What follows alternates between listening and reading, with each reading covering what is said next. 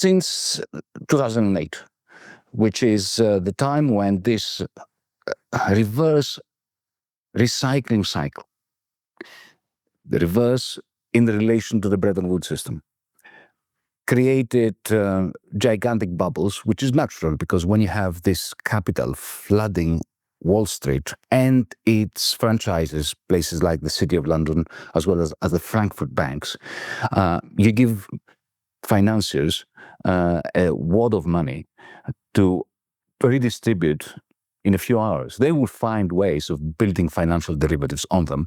And in the end, this financialization drive, which needed an ideology, political philosophy, in order to justify the deregulations that bankers needed in order to play this recycling or reverse recycling role.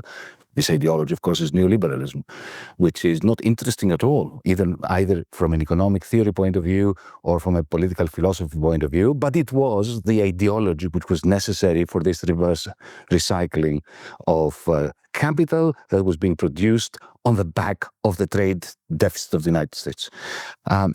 All this creates a gigantic bubble in economic theory, all the rubbish about neoclassical economics being, a proper science, underpinning the shenanigans of the financiers, the bubbles, of course, in real estate, the bubbles in the derivatives market, all that comes crashing down in 2008.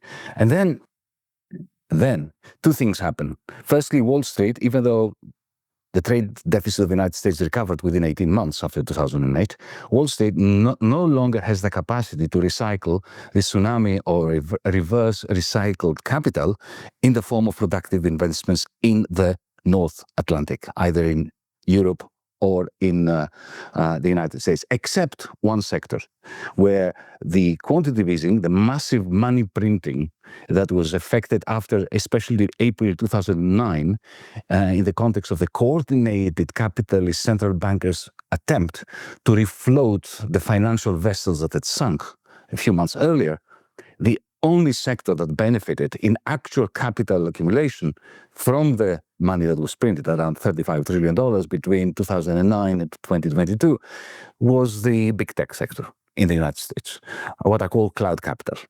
And the fundamental difference between cloud capital and all sorts of capital preceding it is that cloud capital, whatever lives in your phone, is not a produced means of production, but it is a produced means of behavioral modification.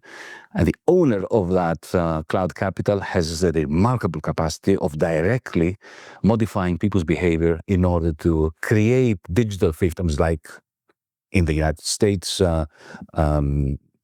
Amazon, in China, Alibaba. These are not markets, they are trading platforms. They are algorithmically hierarchical. They are a form of economic planning. These algorithms are optimized in order to maximize the cloud rents that the owners of those companies receive. In China, people like Jack Ma were repressed, and it was a very good thing politically, as was their capacity to convert surplus value into cloud rent. In the United States, there was no such mechanism, and you can see that Elon Musk has now actually moved into the White House, given plugging his machinery into the servers of the federal government in order to extract more data, to build up more cloud capital.